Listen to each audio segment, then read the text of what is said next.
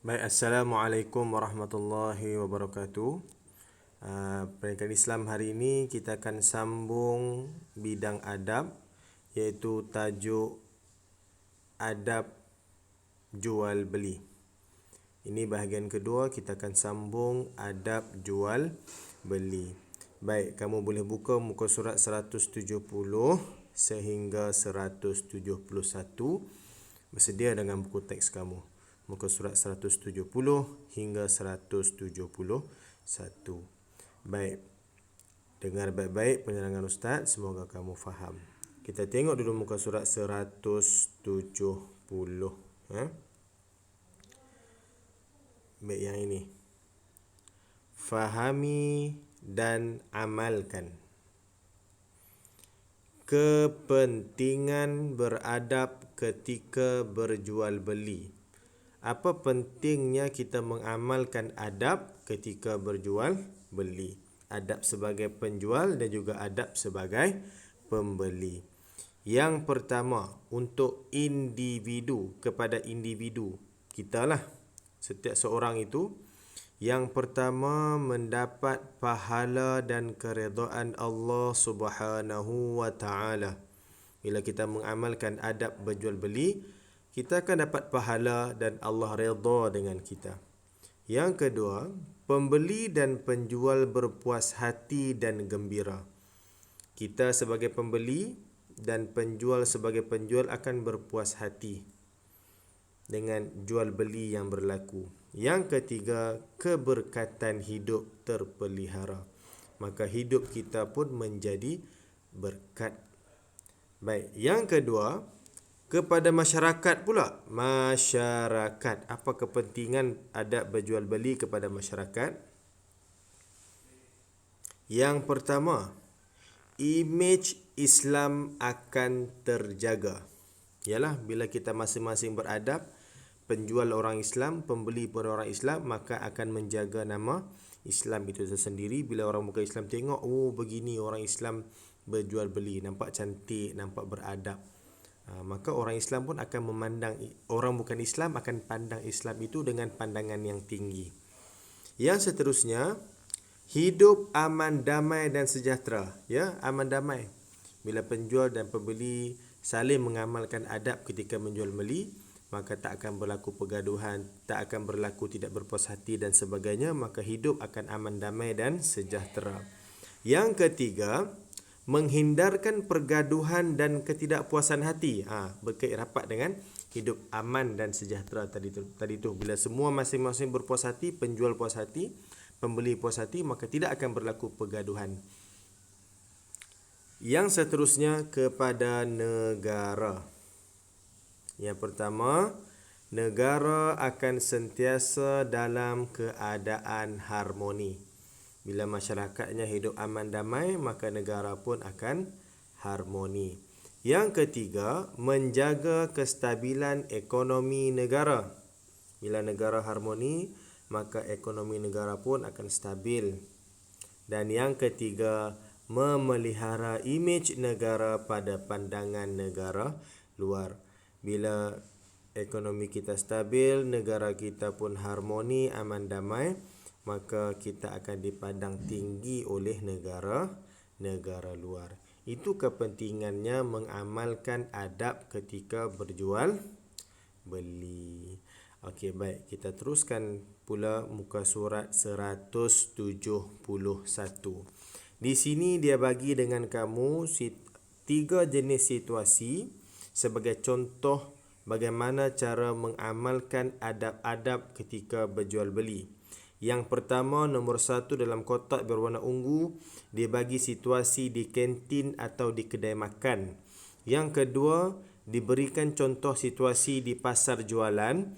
Dan yang ketiga, kotak berwarna biru, dibagikan contoh ketika berada di kedai barangan harian. Kita tengok satu persatu. Okey. Yang pertama, bila kita berada di kantin atau di kedai makan, apa adab yang boleh dilakukan? Yang boleh kita praktikkan, yang boleh kita amalkan. Yang pertama, jika kita sebagai penjual Nombor 1, mesti sabar dan mesra melayan pelanggan. Yang kedua, menyediakan makanan halal, bersih dan berkhasiat. Okey, jika kita sebagai penjual, ingat. Dan apabila kita sebagai pembeli pula, yang pertama, ini selalu kamu buat. Kamu biasa membeli di kantin, kamu biasa membeli di kedai makan. Okey, yang pertama, adab yang boleh kamu amalkan, beratur dengan tertibnya dan sentiasa berhati-hati. Sebab itu bila berada di kantin mesti beratur. Itu adabnya.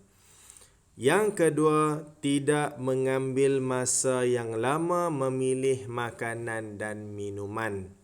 Itu adabnya yang boleh kamu amalkan. Masa kita nak pilih makanan dan minuman itu, jangan terlalu lama sehingga menyebabkan pelanggan lain, orang lain terganggu. Itu adabnya. Yang kedua, contoh yang kedua,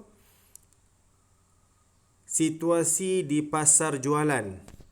Macam mana pasar jualan ni? Di pasar jual ikan dan sebagainya. Contoh macam kamu di sana di Seafest, di JT pasar tu kan, JT Kahanga tu. Jadi, apa adab-adab yang boleh kamu lakukan jika kamu sebagai penjual? Contoh kamu jual ikan, apa boleh dibuat? Yang pertama, jujur dan tidak menipu dalam timbangan. Kalau kamu jual ikan, kamu jual udang dan sebagainya, apa-apa barang bila kamu jual, timbangannya mesti tepat. Contoh kalau pembeli nak beli ikan 2 kilo, maka kamu mesti timbang dengan jumlah berat 2 kilo.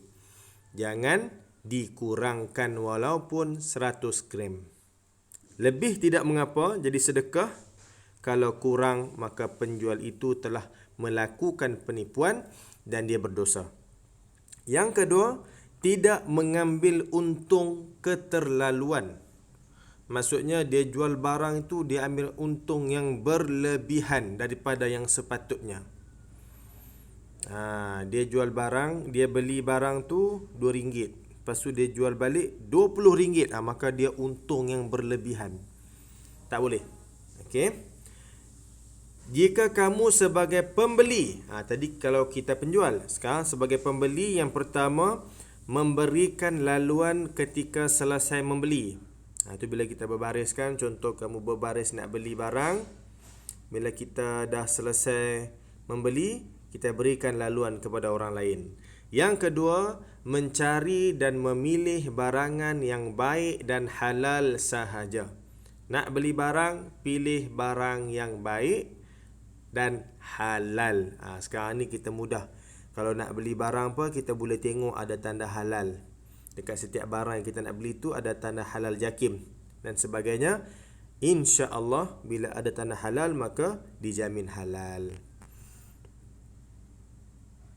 Kalau kamu nak beli ikan tak ada tanda halal lah, ya.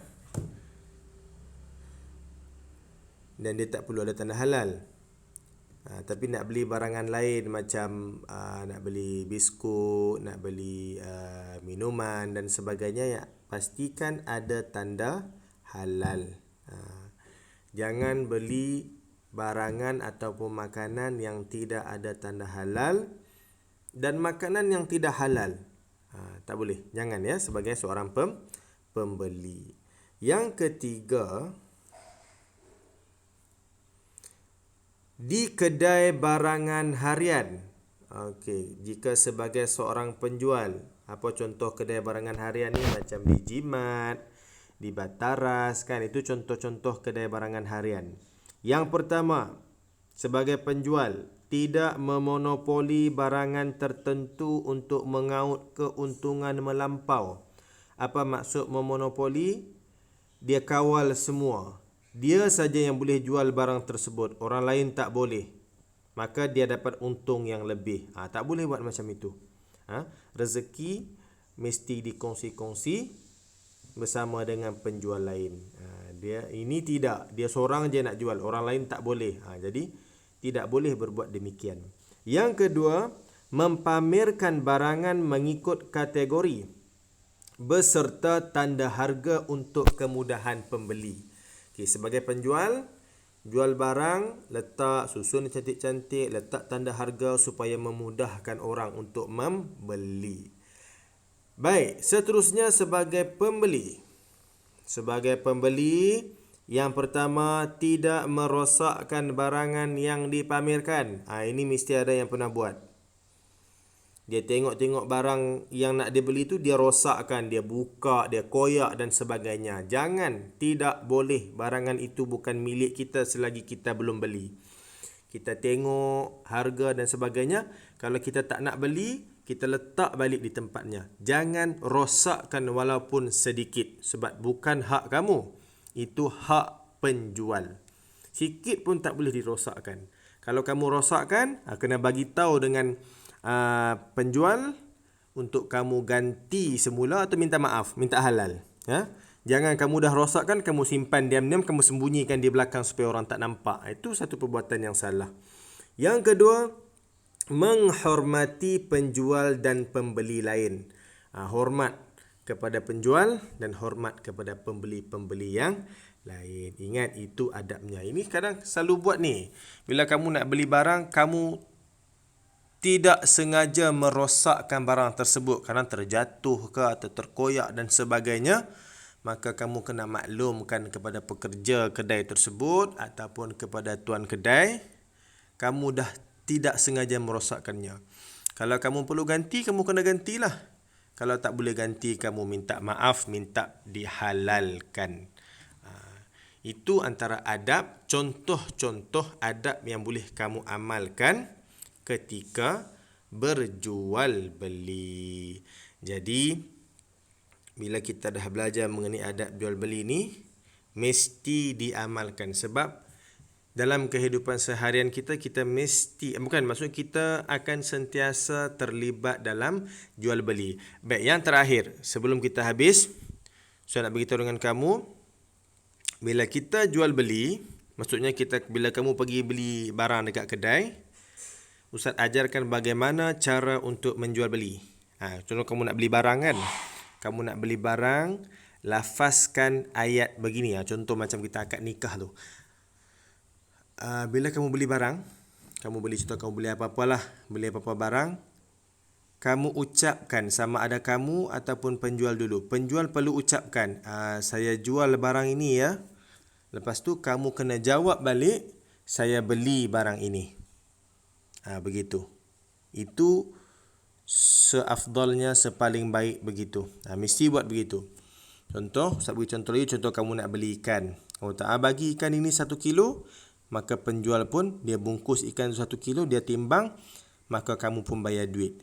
Waktu kamu bayar tu, kamu bagi tahu, saya beli ya ikan ini, maka penjual pun akan jawab, saya jual ikan ini.